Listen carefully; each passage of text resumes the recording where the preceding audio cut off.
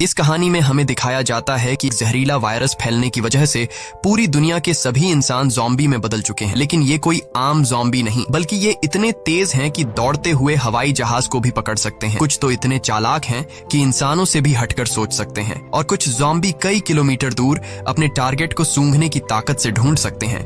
लेकिन इस खतरे से घिरी हुई दुनिया में अब सिर्फ 2 ही इंसान जिंदा बचे हैं। क्या ये दोनों सरवाइव कर पाएंगे या नहीं, जानते हैं आज की इस वीडियो में। कहानी की शुरुआत में हम एक लड़के को देखते हैं जो अपने कमरे में बैठकर टीवी पर कार्टून देख रहा होता है कि तभी अचानक टीवी का सिग्नल चला जाता है और स्क्रीन पर एक इमरजेंसी रिपोर्ट आने लगती है। ये खबर उस लड़के की मुस्कुराहट छीन लेती है। टीवी में बताया जाता है कि दुनिया भर में एक बहुत ही जहरीला वायरस फैल गया है, जिससे इन्फेक्टेड लोग कुछ मिनटों के अंदर भयानक ज़ॉम्बी जैसे बन जाते हैं। ये वायरस बहुत तेजी से फैलता है और पूरी दुनिया इस वायरस की चपेट में आ चुकी है। टीवी में बताया जाता है कि जो भी ये खबर सुन रहा है वो जल्दी से खुद के लिए कोई सेफ जगह देख ले। लड़का ये सब देख ही रहा होता है कि अचानक ऊपर के कमरे से अजीब तरह की आवाज आती है। वो आवाज सुनकर लड़के के गले में सांसें अटक जाती हैं। लड़का धीरे धीरे ऊपर जाकर देखता है तो पता चलता है कि ये उसकी बड़ी बहन का मजाक था। उसके बाद ये दोनों लड़के अपनी माँ के कमरे की तरफ जाते हैं और वहां जाकर ये देखते हैं कि उनकी माँ बहुत परेशान है।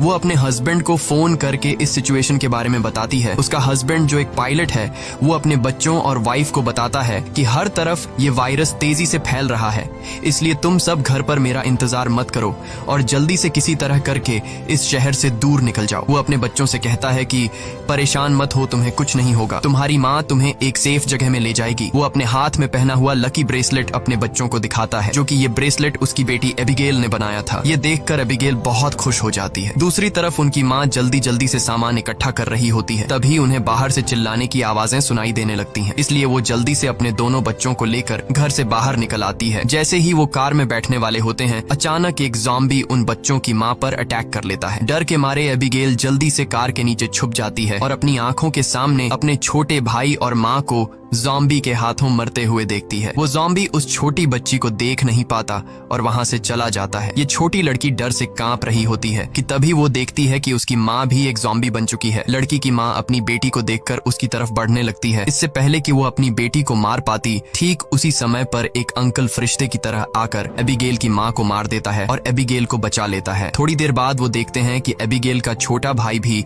ज़ॉम्बी में कन्वर्ट हो रहा है, इसलिए वो आदमी लड़की को कान बंद करने के लिए कहता है और उसके ज़ॉम्बी बन चुके छोटे भाई को भी गोली मार देता है। अब इसके बाद 10 साल के बाद का सीन दिखाया जाता है और हम देखते हैं कि ज़ॉम्बी वायरस की वजह से इंसानी सभ्यता पूरी तरह से बर्बाद हो चुकी है। कभी रोशनी से चमकने वाले शहर अब वीरान हो चुके हैं और अब तक सारे इंसान या तो मर चुके हैं या फिर ज़ॉम्बी बनकर इधर उधर भटक रहे हैं और सिर्फ 2 ही लोग जिंदा बचे हैं। वो छोटी लड़की एबिगेल जिसे अंकल ने बचाया था, अब वो बड़ी हो चुकी है। उस दिन से लेकर अब तक एबिगेल अंकल जैक की नजरों में पली बढ़ी और जैक ने उसे ट्रेन करके ज़ॉम्बी से लड़ना सिखा दिया है। उस दिन अगर उसकी लाइफ में जैक नहीं आता तो एबिगेल अब तक मर चुकी होती, इसलिए एबिगेल जैक को अपना पिता मानती है। इतने सालों तक जंगल में अकेले रहने के बाद एबिगेल को बहुत ही लोनली महसूस हो रहा होता है। उसकी सबसे बड़ी इच्छा है कि उसे कोई इंसानी बस्ती मिल जाए जहां वो लोगों के साथ मिलकर रह सके, लेकिन जैक को लोगों के बीच रहना बिल्कुल भी पसंद नहीं। रात को जब वो दोनों जंगल में कैंप लगाकर सो रहे थे, तभी किसी की आवाज से जैक की आंख खुल जाती है। वो धीरे से अपने कैंप से बाहर निकलकर देखता है कि तभी एक ज़ॉम्बी जैक पर हमला कर देता है, लेकिन जैक लगातार गोलियां चलाकर उसे मार देता है और एबिगेल भी वहां पर पहुंच जाती है। इन दोनों को पिछले 10 सालों से जंगल में ज़ॉम्बीज का शिकार करते हुए इतना एक्सपीरियंस तो हो गया था कि ज़ॉम्बी झुंड बनाकर एक साथ मिलकर रहते हैं। वह समझ जाते हैं कि आसपास और भी जरूर ज़ॉम्बीज होंगे, इसलिए वो जल्दी यहाँ से निकलने की तैयारी करने लगते हैं और घोड़े पर बैठकर निकल जाते हैं। तभी रास्ते में उनके घोड़े हिनहिनाने लगते हैं। जैक समझ जाता है कि खतरा नजदीक है। दोनों चारों तरफ देखते हैं तो दूर एक जीप ज़ॉम्बी से गिरी हुई दिखाई देती है, जहां एक नॉर्मल इंसान खुद को ज़ॉम्बी से बचा रहा था। अब वैसे भी दुनिया में इंसान बहुत ही कम बचे थे, इसलिए अब इन दोनों को हर हाल में उस आदमी को ज़ॉम्बी से बचाना था। जैक एबिगेल के निशाने का टेस्ट भी लेना चाहता था, इसीलिए वो एबिगेल से कहता है कि तुम इस आदमी को बचाओगी ताकि पता चले कि वह पूरी तरह से ट्रेन हो चुकी है या नहीं। जैक उसे कहता है कि सुकून से टारगेट को निशाने पर करो और फिर उसे शूट कर दो, लेकिन एबिगेल जल्दबाजी में गोली चला लेती है, जिससे वो गोली गोली ज़ॉम्बी के साथ साथ उस सर्वाइवर को भी लग जाती है। यह देखकर जैक एबिगेल पर काफी गुस्सा करता है, जिसके बाद वो दोनों इंसान के पास जाते हैं। वो देखते हैं कि यह आदमी अब बच नहीं सकता, इसलिए जैक उसे खुद ही मार देता है ताकि अगर उसे ज़ॉम्बी ने काटा हो तो वो दोबारा जिंदा न हो जाए और हमारे लिए खतरा न बने। उसके बाद वो दोनों उस मरे हुए आदमी की कार से जरूरत की सारी चीजें लेने लगते हैं। जैक मरे हुए आदमी के जूते ले लेता है और जैसे ही वह उन जूतों को पहनता है तभी वहाँ मरे हुए आदमी के और साथी भी आ जाते हैं और बहुत सारे हथियारबंद लोग उन्हें घेर लेते हैं। एक बंदा जब मरे हुए इंसान के जूतों को जैक के पैरों में देखता है तो उन्हें शक होने लगता है कि उन्होंने सामान लूटने के लिए उनके साथी को मारा है। जब ये लोग जैसे ही इन दोनों को मारने लगते हैं तभी एक प्रेग्नेंट लेडी कार से उतरती है और अपने साथियों से इन दोनों को छोड़ने के लिए कहती है। तभी काला घोड़ा फिर से इन्हें वार्निंग देता है और अगले ही पल दूर जंगल से तेज आवाजें आने लगती हैं। बहुत सारे ज़ॉम्बी तूफान की तरह चारों तरफ से उनकी ओर बढ़ने लगते हैं। वो लोग इतने तेज रफ्तार से आते हैं कि उन्हें भागने का मौका नहीं मिलता, इसलिए हथियार निकालकर वहीं मुकाबला करते हैं। यहाँ सबके पास हथियार तो थे मगर ज़ॉम्बी की तादाद काफी ज्यादा थी, इसलिए वो एक एक करके ग्रुप के बहुत से लोगों को काट लेते हैं। बचे हुए लोगों के पास छुपने की कोई जगह नहीं होती और जल्द ही यह बहुत ही कम लोग बच जाते हैं। एक मजबूत आदमी बदकिस्मती से ज़ॉम्बी के काटने का शिकार हो जाता है, इसलिए वह खुद को गोली मारना चाहता है लेकिन उसके बंदूक में गोलियां खत्म हो जाती हैं। अब उन्हें पता चल चुका था कि वो उनसे लड़ नहीं पाएंगे, इसलिए एबिगेल प्रेग्नेंट लेडी को लेकर गाड़ी में बैठाती है। गाड़ी में प्रेग्नेंट लेडी का हस्बैंड भी बैठा होता है और जैक गाड़ी स्टार्ट करके जल्दी से वहाँ से निकल जाते हैं। पूरे ग्रुप में अब ये सिर्फ 4 लोग ही बचे थे, बाकी सब ही ज़ॉम्बीज के शिकार हो चुके थे। एक काले चेहरे वाला ज़ॉम्बी अपने साथियों को मरा हुआ देखकर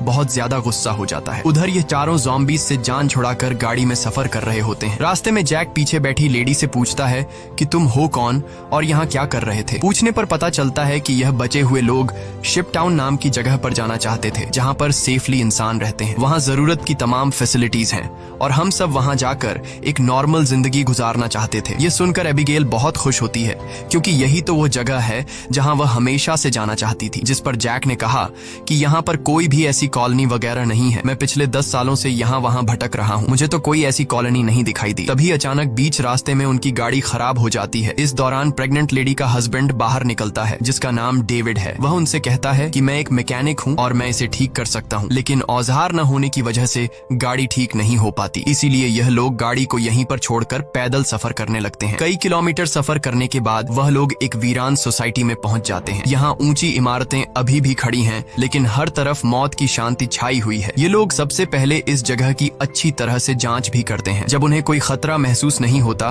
तो यह लोग रात यहाँ गुजारने का फैसला करते हैं। रात को वह लोग आग जलाकर खाना पकाते हैं। एबिगेल शिप टाउन नाम के उस जगह पर जाने के लिए बहुत बेताब थी। वह उस प्रेग्नेंट औरत से उस जगह के बारे में बातचीत करने लगती है। प्रेग्नेंट औरत उससे बताती है कि हमारा पहले से उस शिप टाउन में रहने वाले लोगों के साथ रेडियो पर कांटेक्ट हो चुका है। वह एक बहुत ही खूबसूरत जगह है जहां हम आजादी से रह सकते हैं। ये बातें सुनकर एबिगेल की आंखों में चमक उठी। दूसरी तरफ जैक बाहर चारों ओर जाल बिछा देता है ताकि अगर वह लोग सो भी जाए तो खतरा करीब होने पर फौरन पता चले। जैक अंदर आकर एक मैप निकालता है और सबको समझाता है कि वो मेगन और डेविड को कुछ दूर तक पहुंचाएगा और उसके बाद दोनों अलग अलग रास्ते पर चले जाएंगे। लेकिन एबिगेल जैक के इस फैसले से खुश नहीं थी। वह जैक के पास जाकर उससे बहस करती है कि डेविड अपनी प्रेग्नेंट वाइफ को उस जगह तक सेफली नहीं पहुंचा पाएगा, इसलिए हमें उनके साथ चलना चाहिए। जैक कहता है हमें समझदारी से काम लेना चाहिए। देखो, जहां लोग ज्यादा होते हैं वहां पर खतरा भी ज्यादा होता है। लेकिन एबिगेल जैक के इस फैसले से नाराज होकर चली जाती है। हालांकि दोनों को ये नहीं पता होता कि वह काले चेहरे वाला ज़ॉम्बी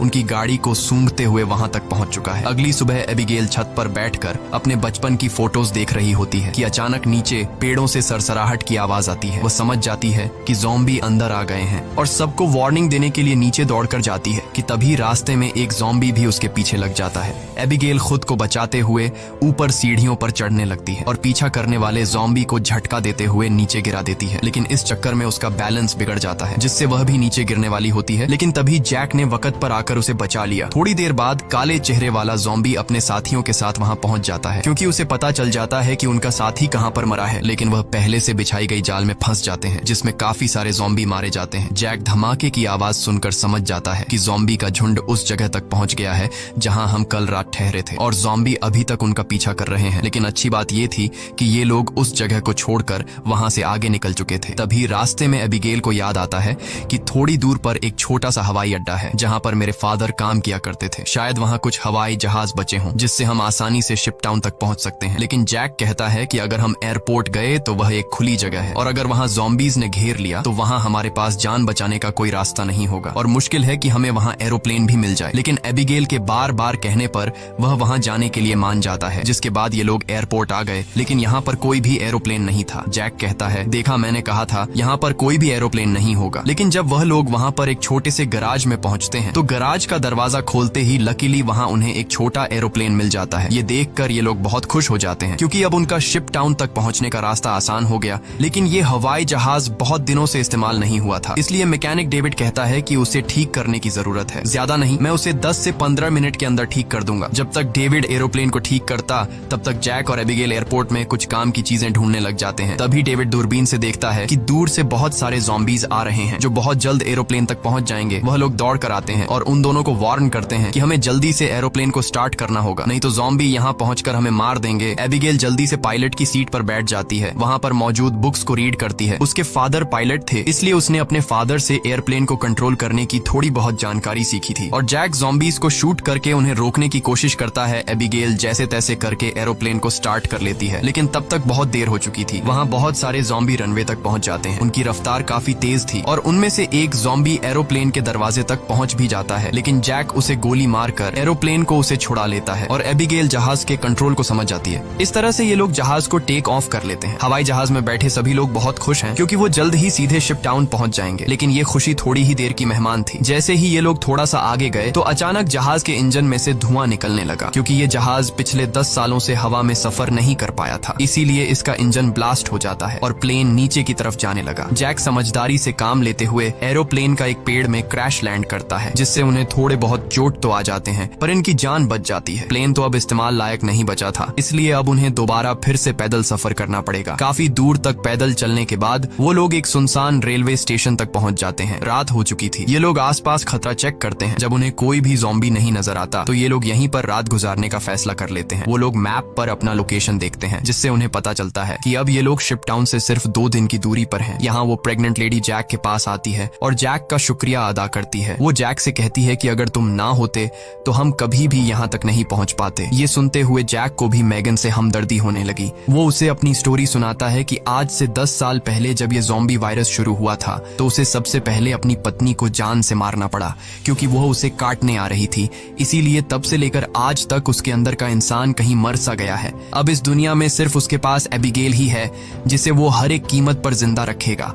और जैक मैगन से ये भी कहता है कि अब उसका इरादा बदल चुका है। मैं अब सबसे पहले तुम्हें शिप टाउन तक पहुंचाऊंगा, जिसे सुनकर मैगन बहुत खुश हो जाती है। दूसरी तरफ हम देखते हैं कि मैगन का हस्बैंड डेविड अपने सर पर गन रखकर खुद को मारने की कोशिश करता है। दरअसल उसके पैर में एक ज़ॉम्बी ने काट लिया था, लेकिन अभी तक डेविड ज़ॉम्बी नहीं बना था क्योंकि वो घाव बहुत ही छोटी है, इसीलिए उसके ज़ॉम्बी बनने की रफ्तार काफी स्लो चल रही है। अब उसने फैसला किया कि वो अपनी पत्नी मैगन को इस शिप टाउन तक पहुंचाकर खुद को उससे दूर कर लेगा। अगली सुबह ये चारों फिर से अपना सफर जारी रखते हैं। तब रास्ते में जैक को डेविड की हरकतें कुछ अजीब लगने लगती हैं। जैक समझ गया कि ये इन्फेक्टेड है, इसीलिए वह उसे पकड़कर एक खाली जगह में ले जाता है जहां उसकी वाइफ और एबिगेल नजर नहीं आती। वो डेविड की पैंट को ऊपर करता है और उसे ज़ॉम्बी का काटा हुआ निशान नजर आ जाता है। अब जैक को ये बात कंफर्म हो चुकी थी कि डेविड जल्द ज़ॉम्बी बनने वाला है। जैक उससे कहता है कि बताओ तुम खुद से मरना पसंद करोगे या फिर मैं मारूं। डेविड कहता है मैं किसी को नुकसान नहीं पहुंचाऊंगा और अगर ऐसी नौबत आ भी गई तो मैं खुद को ही मार दूंगा। इसीलिए वो डेविड को छोड़ देता है। चलते चलते रात हो जाती है और आगे उन्हें एक घर दिखाई देता है। जैक बंदूक तान कर आगे बढ़ने लगता है। तभी अचानक एक तेज लाइट चमकती है और उन्हें स्पीकर के जरिए से कहा जाता है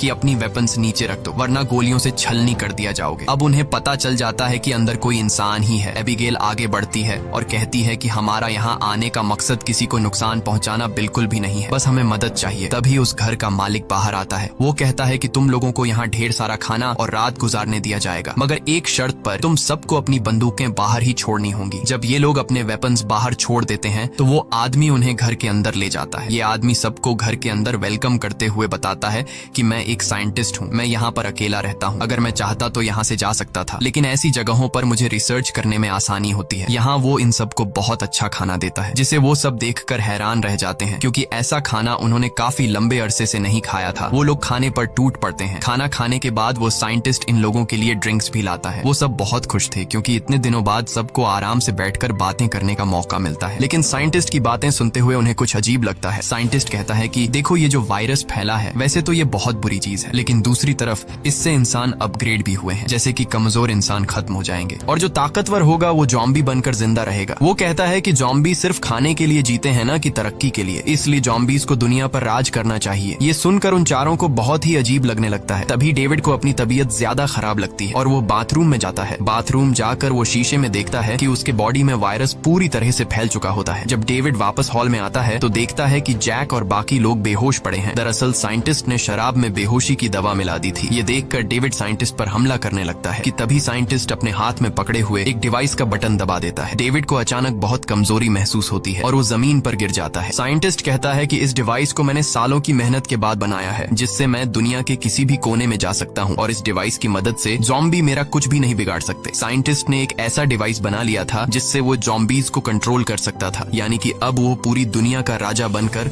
सबको अपने इशारों पर नचवाएगा। उसके बाद डेविड बेहोश हो जाता है और जब डेविड को दोबारा होश आता है तो वो देखता है कि उसे और उसके साथियों को बांध दिया गया है और अब साइंटिस्ट उन चारों पर एक्सपेरिमेंट करने वाला है। ये सब करने के बाद साइंटिस्ट कहता है कि क्या तुम लोग मेरी वाइफ से मिलना चाहोगे। उसके बाद हम साइंटिस्ट की वाइफ को देखते हैं जो कि एक ज़ॉम्बी थी और साइंटिस्ट ने उसे पिंजरे में बंद कर रखा था और वो इंसानों को पकड़कर उसे खिलाता था। ये डिवाइस भी साइंटिस्ट ने अपनी बीवी पर एक्सपेरिमेंट करके बनाई थी। साइंटिस्ट जब पिंजरे का दरवाजा खोलता है तो उसकी वाइफ सबसे पहले उसी पर अटैक करने लगती है, लेकिन साइंटिस्ट उसे कंट्रोल करके उन चारों की तरफ भेज देता है। वो जैक पर हमला कर देती है, लेकिन वो उसे लात मारकर पीछे धकेल देता है। लेकिन तभी डेविड वायरस की ताकत से रस्सी तोड़ देता है और अपने बाकी साथियों को भी छुड़ा देता है। घर का मालिक खतरा भांप कर तुरंत भाग जाता है। उसके बाद वो चारों भी अपना सामान लेकर जल्दी से बाहर निकल आते हैं। लकीली बाहर उन्हें साइंटिस्ट की गाड़ी मिलती है और ये चारों उसी में बैठकर जंगल की तरफ निकल जाते हैं। लेकिन साइंटिस्ट हार नहीं मानने वाला था। वो अपने डिवाइस के जरिए ज़ॉम्बी के झुंड को कंट्रोल करके उनका पीछा करवाता है। जैक गाड़ी की स्पीड को बढ़ाकर ज़ॉम्बीज को काफी पीछे छोड़ देता है, लेकिन आगे का रास्ता बंद था। अब उनके पास पैदल जाने के अलावा और कोई चारा नहीं है। थोड़ा सा आगे पैदल चलने के बाद ज़ॉम्बी दोबारा उन तक पहुंच जाते हैं। डेविड जान जाता है कि उसके पास ज्यादा वक्त नहीं है, वो कुछ ही देर बाद ज़ॉम्बी बन जाएगा, इसलिए वो उन लोगों से आगे बढ़ने को कहता है और खुद पीछे रहकर ज़ॉम्बी को रोकने का फैसला करता है। लेकिन उसकी वाइफ उसे जाने नहीं देना चाहती थी, जिस पर डेविड कहता है कि तुम्हें हमारे बच्चे के लिए जिंदा रहना होगा और ये सब मैं अपने आने वाले बच्चे के लिए कर रहा हूँ। उसके बाद डेविड ज़ॉम्बी से लड़ पड़ा और बड़ी बहादुरी से उनका सामना करने लगा। काफी देर तक वो ज़ॉम्बी उसको रोक लेता है और उसके साथ ही ज़ॉम्बी से काफी दूर चले जाते हैं, लेकिन तभी एक ज़ॉम्बी आकर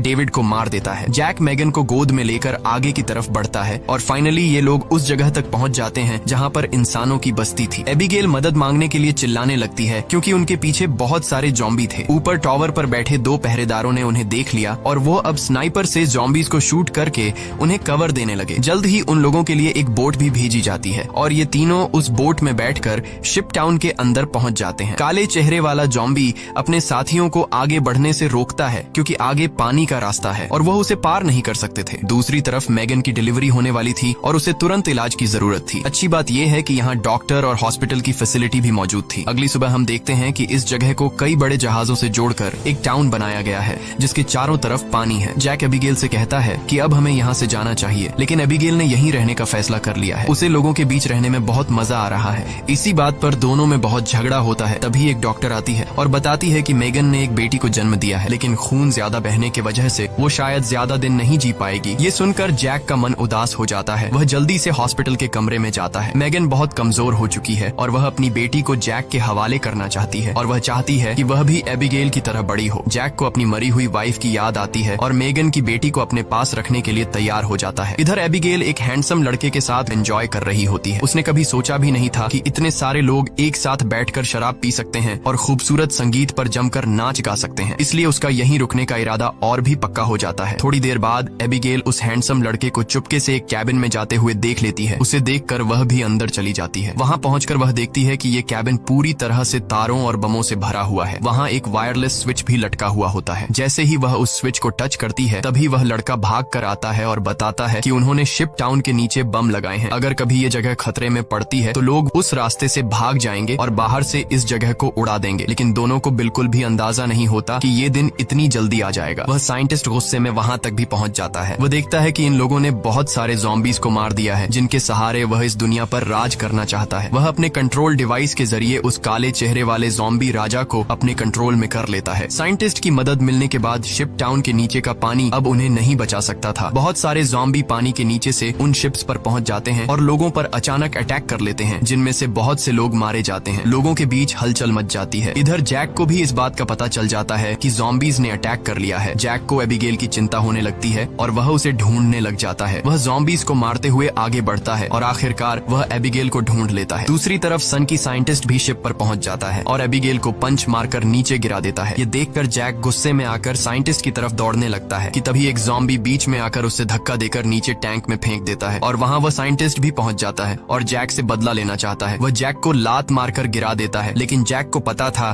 कि साइंटिस्ट से लड़ना फुदूल है, इसीलिए वह साइंटिस्ट पर हमला करके उसके हाथ में लगे डिवाइस को दीवार से मारकर तोड़ देता है। अब साइंटिस्ट के पास ज़ॉम्बीज को कंट्रोल करने की पावर नहीं रही, जिसके बाद बूढ़ा साइंटिस्ट जल्द ही ज़ॉम्बी का शिकार बन जाता है। अच्छी बात ये थी कि इस कैंप में पहले से ही भागने का रास्ता बना हुआ था। बहुत सारे बचे हुए लोग सुरंग के रास्ते नदी के दूसरे किनारे पर पहुंच जाते हैं। जब वह बम चालू करने वाले होते हैं तो वह हैंडसम लड़का बटन नहीं दबाता, क्योंकि एबिगेल अभी भी शिप पर है। अब जैक और एबिगेल बाहर की तरफ भागने लगते हैं, लेकिन पीछे से ज़ॉम्बी राजा एबिगेल को पकड़ लेता है। तभी जैक तेजी से उस ज़ॉम्बी को लकड़ी से सर पर मार देता है, जिससे वह पीछे गिर जाता है। अचानक एबिगेल की नजर गलती से उस ज़ॉम्बी राजा के हाथ में बंधे ब्रेसलेट पर पड़ती है। ये वही ब्रेसलेट था जो उसने बचपन में अपने हाथों से अपने पिता के लिए बनाया था। वह समझ जाती है कि ये ज़ॉम्बी उसके पिता हैं, लेकिन अब वह इंसान नहीं बल्कि ज़ॉम्बी बन चुका था। यहाँ पर जैक उसे हाथ से पकड़कर जबरदस्ती खींचकर भागने को कहता है। वह हैंडसम लड़का दोनों को भागते हुए देखकर तुरंत वायरलेस रिमोट का बटन दबा देता है और पूरा शिप टाउन राख में बदल जाता है। हालांकि इन सब की लड़ाई भी खत्म नहीं हुई थी। कैंप का सरदार अपनी गर्दन पकड़कर आता है, क्योंकि लड़ाई में उसे ज़ॉम्बी ने काट लिया था। वायरस के फैलने से पहले ही काले चेहरे वाले ज़ॉम्बी ने उस पर हमला कर दिया। हैरानी की बात यह थी कि ज़ॉम्बी राजा भी धमाके में बच गया था। जैक तुरंत दौड़कर उस ज़ॉम्बी राजा से लड़ने लग जाता है, लेकिन जैक ज़ॉम्बी राजा के सामने कमजोर पड़ रहा था। इसीलिए एबिगेल जमीन से बंदूक उठाती है और ये जानते हुए भी कि सामने खड़ा ज़ॉम्बी राजा उसका पिता है, लेकिन वह उसे पालने पोसने वाले जैक को मार रहा था। इसलिए एबिगेल बिना सोचे समझे उस काले चेहरे वाले ज़ॉम्बी राजा को गोली मार देती है, क्योंकि अगर वह उसे गोली नहीं मारती तो वो ज़ॉम्बी राजा वहां पर मौजूद सब लोगों को मार देता। उसके बाद जैक और एबिगेल गले लगते हैं और अब जैक, एबिगेल और बचे हुए लोग दूर समुद्र में एक सुनसान द्वीप की तरफ देखते हैं और वहीं एक नई इंसानी बस्ती बसाने का फैसला करते हैं। इसी के साथ ये कहानी खत्म हो जाती है। अगर वीडियो आपको अच्छी लगी हो तो हमारे चैनल को सब्सक्राइब और वीडियो को लाइक जरूर कीजिएगा।